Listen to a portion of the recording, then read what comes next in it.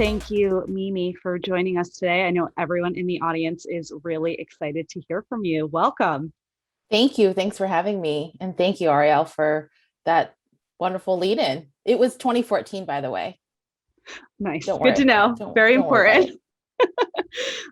it. So I want to jump in really quickly because we are a little short on time. But before we get into the good stuff, I wanted to share the way Mimi and I first met is through an organization called Chief.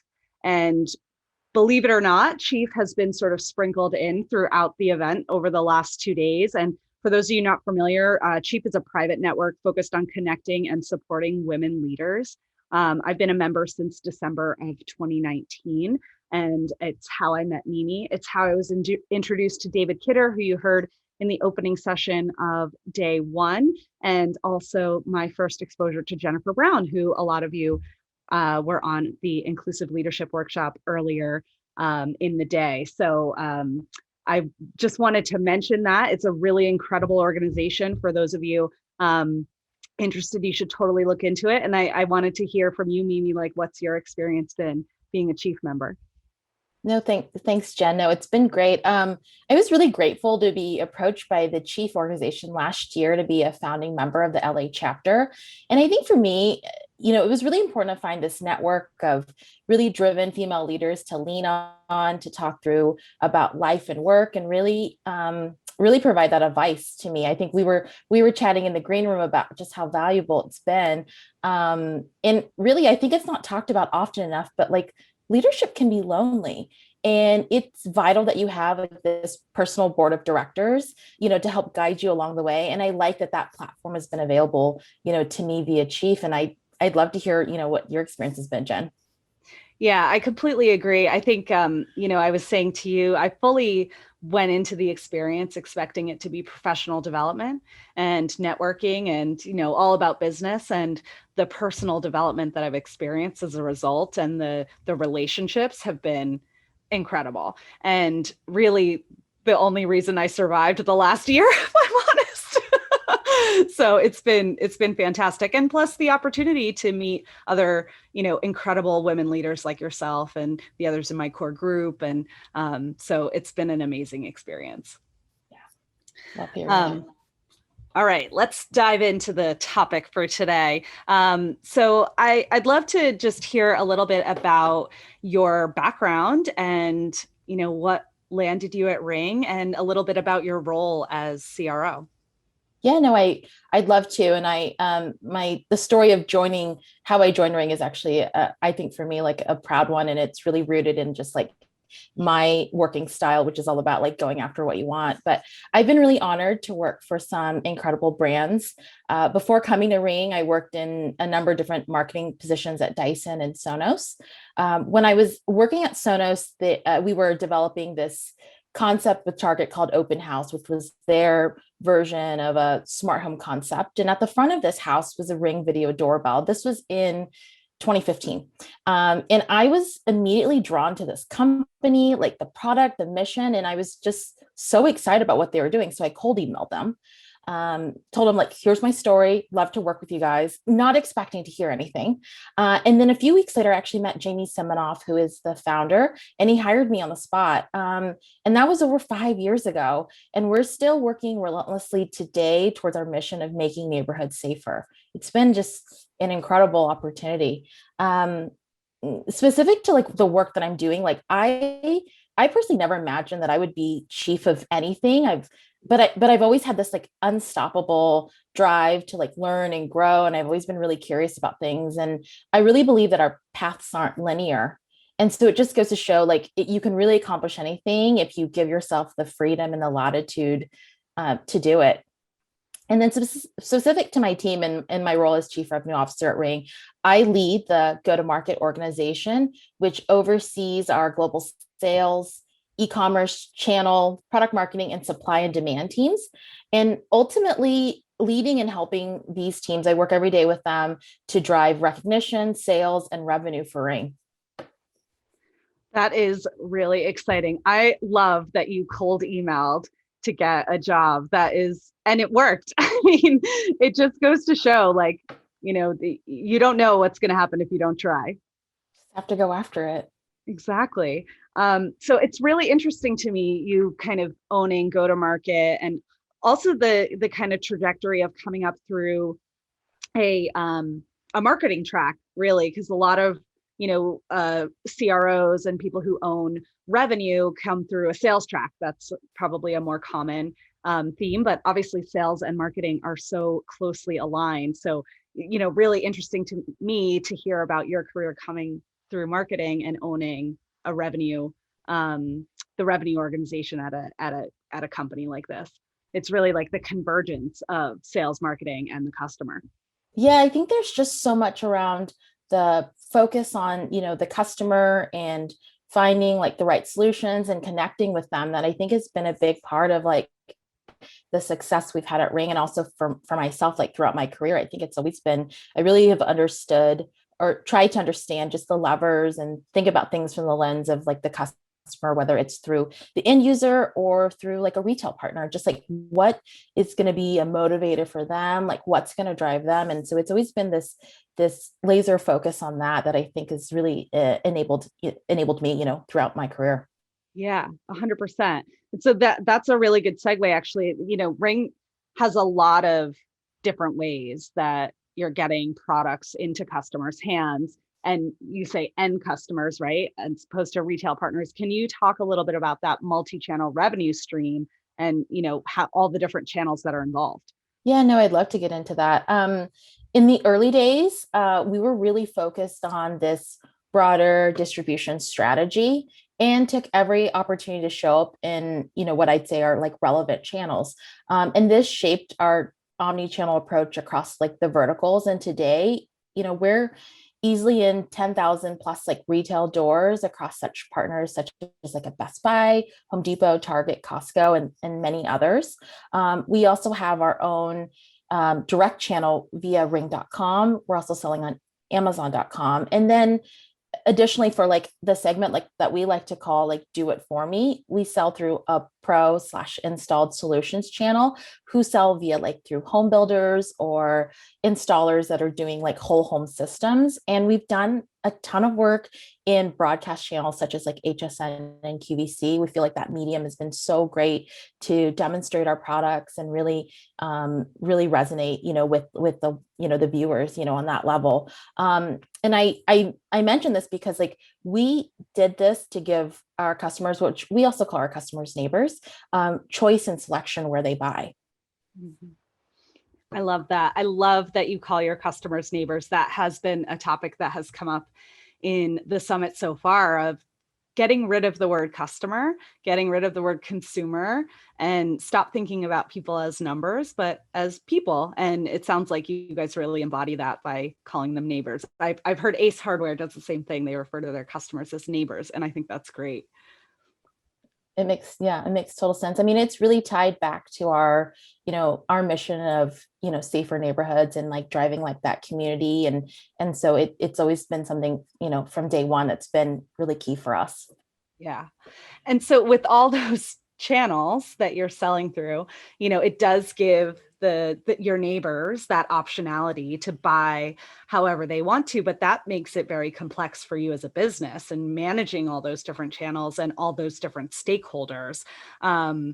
So I want to get into that and like how you manage all of those different all those different channels, really. Oh, it's fun. It leads for some fun conversations. I think like it's it is it can be, by having this broader distribution model, things can get, pretty complex because you've got to straddle this fine line of like holistically managing like the business overall, but also ensuring that each partner, each retailer, you know, can have their unique levers and play, to drive their business, to reach their target audience. And so there's a lot of work that we have to do to ensure like we can do that, and a lot of times we like evaluate things like special configurations and colorways and like what are those unique things that we can enable them. But that goes back to like my comment about thinking about like the partners and from their lens and like what they're motivated by, and really continue to find ways to partner with them. But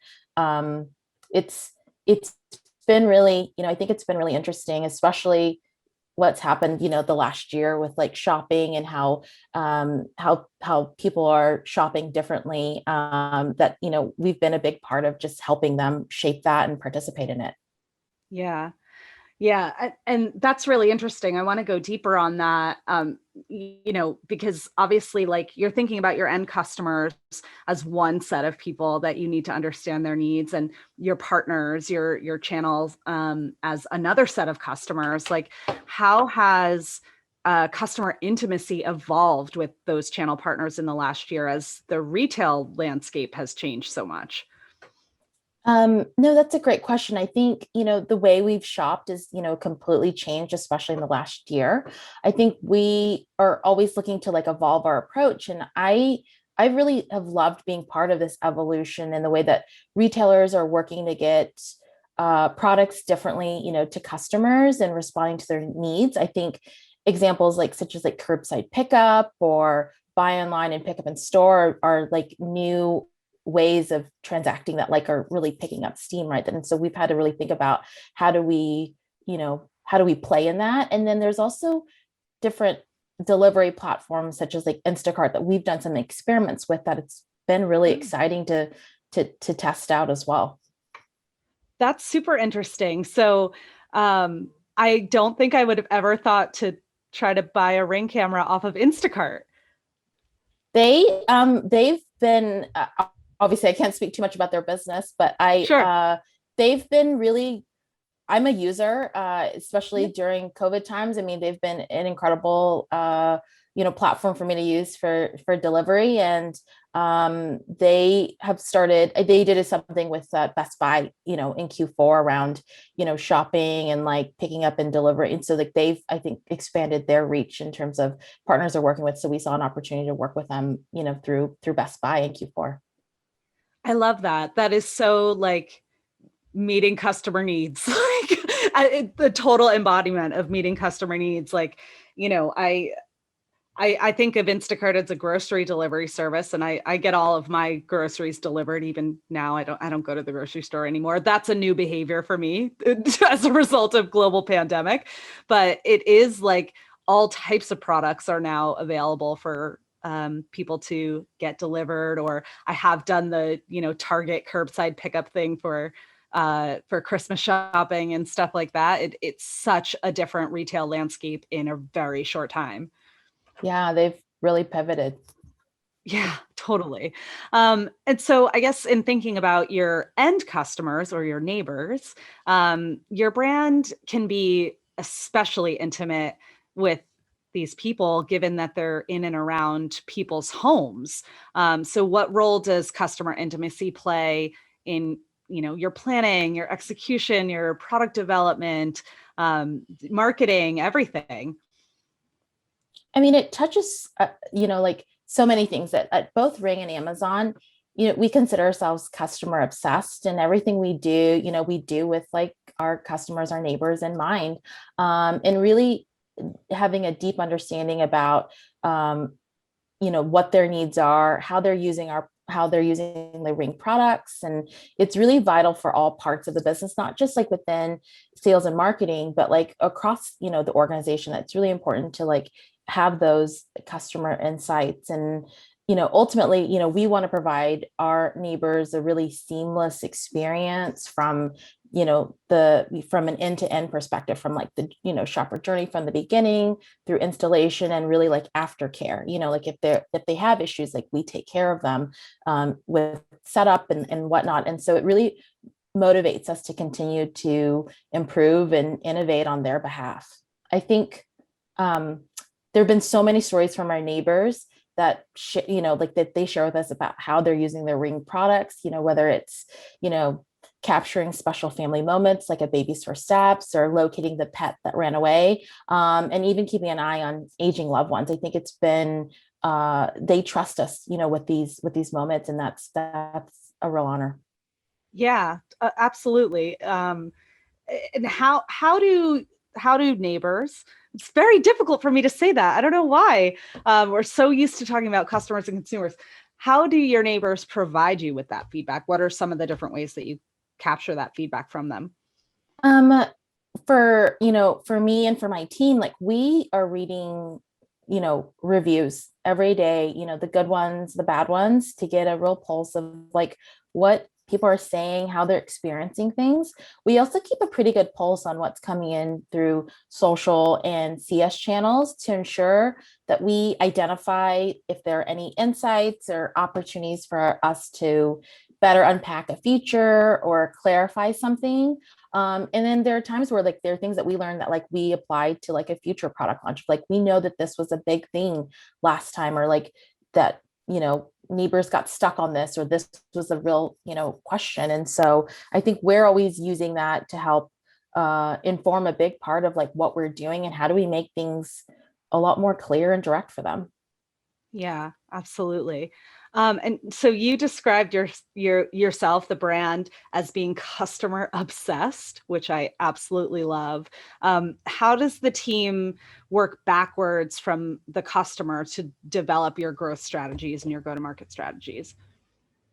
Um, I think that there's a lot of ways that like, that customer obsession, like we talk, if you guys have heard Jamie Siminoff, who's our founder and CEO, like his email is on every box. Like that's how in tune that, he is with what he wants to hear as far as like feedback from customers. But like we think a lot about, I think I'll give one example of like where we took customer feedback around around the installation process. Like with our video doorbells, they are mounted like on a mounting bracket. And as we were developing future doorbells, like we thought about like that bracket and ensuring like, why don't we make it really turnkey instead of like the customer having to drill new holes? We'll just leverage the same bracket. And so it's a lot more interchangeable. So you could take off the old one and then put up the new one. And so like, I think there are like little things like that we continue to think about, like, how do we remove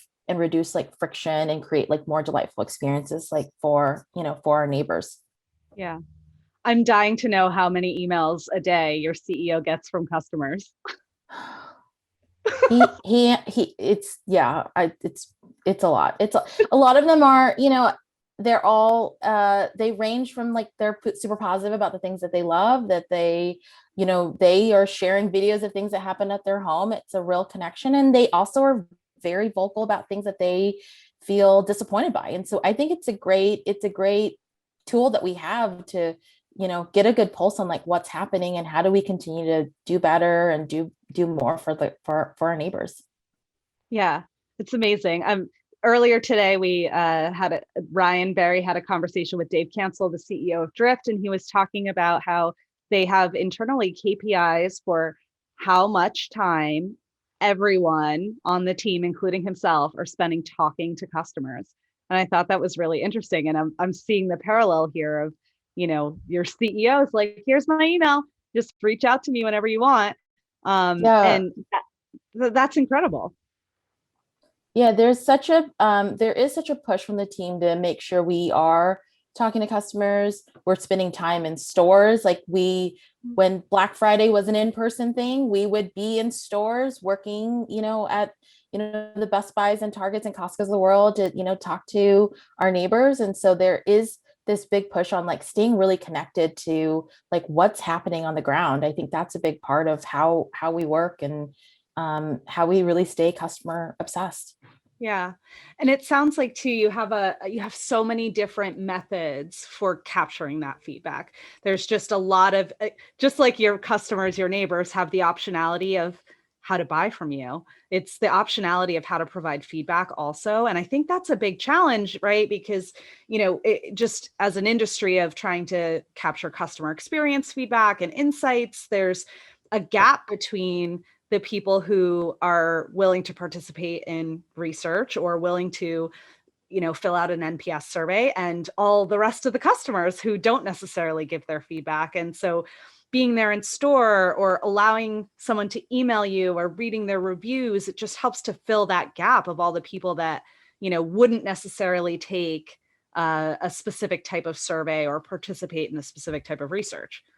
There are things that no, I think that there are things that like there's certainly value in like validating things through like traditional like focus groups and getting, that sense check. But I think there are things also specific to innovation that I think traditional focus groups wouldn't capture. And I'm thinking actually of an example like at Amazon that's been shared of, if you think about like the Echo devices, like if you'd asked a customer 6, 7 years ago, would you want a thing that's the shape of a Pringles can that talk to you? Like, would you want that in your kitchen? Like, most people would be like, no. Like, and so I do think that there are ways that like we have to like think about ways we are innovating too, that maybe like it's just so new to the world that like, folks might not be ready for that in a focus group, Right.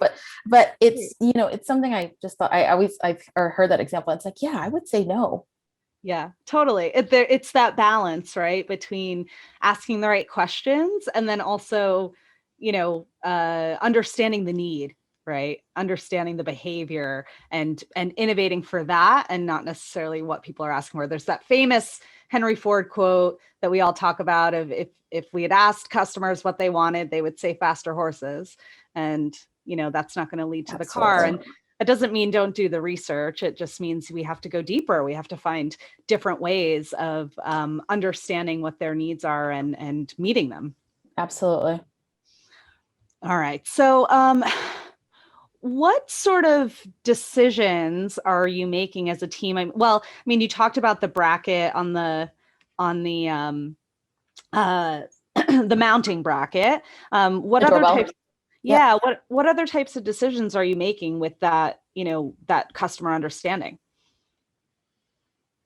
I think that there are, you know, things that even outside of just like specific to like the products. I mean, there's things like in terms of like onboarding, like in terms of like the setup that we've also like identified that like gets a little more technical, but around how to help neighbors like identify, like especially as they're like hardwiring a doorbell, like whether or not like they have like the right mechanical doorbell. I think there are things like that, but there's also things around like the out of box experience that we're thinking about in terms of those expectations that like customers have around like what things we're giving them, what tools we're giving them to sort of get their devices set up and like walking them through a really thoughtful experience. And even things like around sustainability, where we're trying to reduce like the amount of plastic in our packaging and make them smaller. And I think that there's things that are feedback that are things that are really important to like neighbors that like we also are taking as part of like that feedback. Yeah. There was another conversation now that I'm thinking of from yesterday where it was in one of the breakout rooms for a studio session. We were talking about innovating for and improving the experience and not with the primary objective being driving revenue.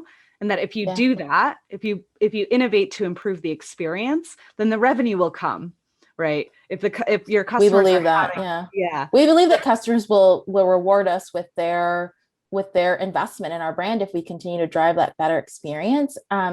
If I'm thinking about just like even some recent products we announced that have some new to world features on them around like better motion detection, and these are things that just haven't been available like across like the category of like where we are trying to deliver these like new to world features to customers to improve that experience, to make it more turnkey and make it more intuitive. And I think by doing that, by providing our neighbors like those options to have like those innovative features, but also like the breadth of our portfolio of like products across different price points and use cases, I think go to help that neighbor make the choice to pick Ring. I think that's really important to us. yeah, totally. Um, so now your brand does a great job kind of showing off the product benefits through stories and content submitted by customers. You mentioned before people are emailing the CEO with videos that they've captured. How are you using those using that content? It's really unique for a company to be able to see its products in action and Yeah. really hear firsthand about how it's making an impact on customers' lives. And I think as a marketer, it's like amazing to see the work you do and then like see sort of like the benefit of like what's happening. And going back to like the videos, like we get tons of videos around like you know animal crossings, and they show up in our own channels like our social platforms and our blog. And then there's also we get a lot of pickup through the news in terms of just amazing stories. I'm reminded of one that happened during that winter storm that was in Austin that was shared, through our neighbors app, where there was some Austin residents were, delivering food to like an elderly couple, during the need. They saw like a cry for help for within like the neighbors app about like a neighbor needing some assistance. And so like it was like an elderly diabetic couple, and like they like cooked up a bunch of food and like brought it over to them. And like that's just like those are things that happen that are like these amazing stories about like neighbors helping each other out that really are rooted in our mission of safer neighborhoods. That's incredible. That like being able to see your product in action, like you're right, it's so unique. And that user generated content is so invaluable for the brand.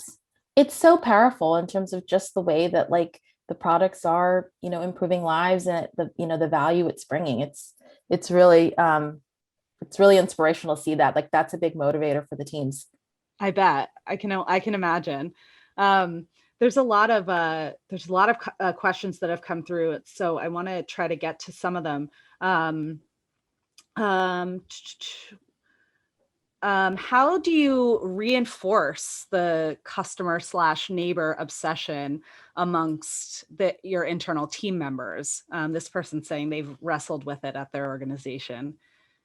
It can be hard though. I think it can be hard when we're like moving really fast and you just sometimes like get stuck in this idea of like I need to just get this done. I think the teams at Ring are like very collaborative in the way that we work together. We have a lot of ownership with the team. Like we give the teams, like individual team members, like a lot of ownership and trust to like do their best to, for customers. Jamie likes to say that we have like hundreds of mini CEOs running around making things happen. And so I think like a big part of that is that ownership and accountability.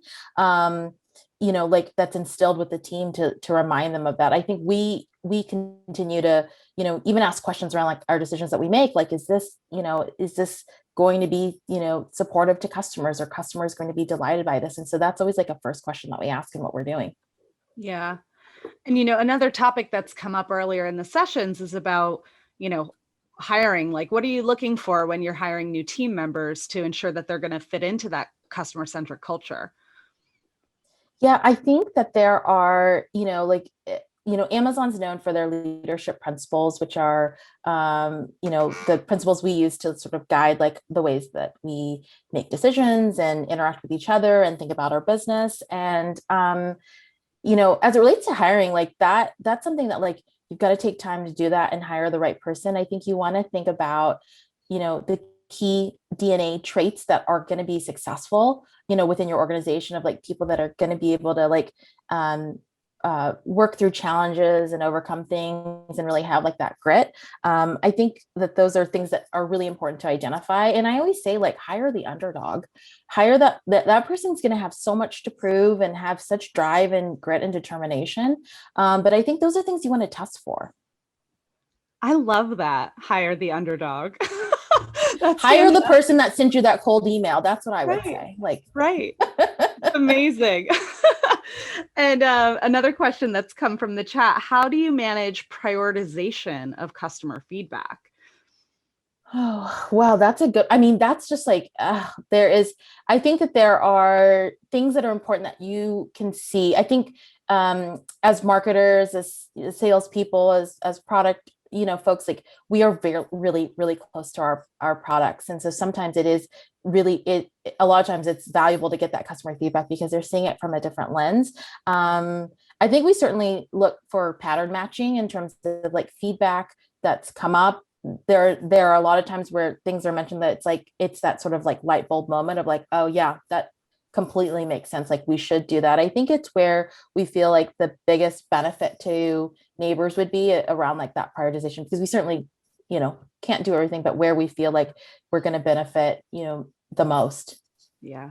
I think the prioritization question is such a hard one for everyone. Like everybody on You here, want to do regardless of your everything. role. Yeah. Yeah. You want to do everything. We can't do everything. I know at Vox Pop Me, we use an impact effort scale on pretty much everything. So we look at how big of an impact is this going to have on customer value, and how much effort is required to execute it. And that's, because there's always going to be 100 things we can do and only 5 that we actually can, so it's such a hard thing to grapple with on a daily basis. I asked the team a lot about, do we think it's a thing that's going to move the needle, or like, what do we want to learn from it that's going to inform other decisions around that? Like I do what I can to sort of encourage the team to like experiment, to like learn different things, and see if it drives like a different behavior. And I think it's around, do we feel like this is the thing that's really going to move the needle, and to kind of help us with the prioritization. But it's a thing that's it's an ongoing conversation and not a set it and forget it. Totally, totally. Another question that someone's asked is about referrals. So from one neighbor to another neighbor, do you do any sort of referral strategies to drive revenue that way? We don't have an established like referral program. It's really interesting, like word of mouth, really early on, and I still even think today has been a wonderful way that we've continued to find growth. I think there's an effect of like someone in a neighborhood that has like a Ring doorbell, like like then they'll share it with their neighbors about like, hey, this was great for this convenience, or for another use case, that then you'll see other cameras, like folks adding other cameras to their home. And so like there's been a really great like neighborhood effect of our products that have been a big part of our growth. But we don't have anything that's a dedicated program, but it's certainly like a big opportunity. Social has been, I think from a social perspective, we've seen just a lot of like brand love of people sharing about, I think it's that highly demonstrable, like, benefit of our products, where they can share like videos of things that have happened and things they've caught at their door that have really helped to help with our growth and driving that momentum. Yeah, I totally agree. Just from my own personal experience, like, I see Ring videos from friends on social media. I see them from neighbors on like, next door apps and things like that. Like you kind of can't get away from it, right? Everybody's seeing it.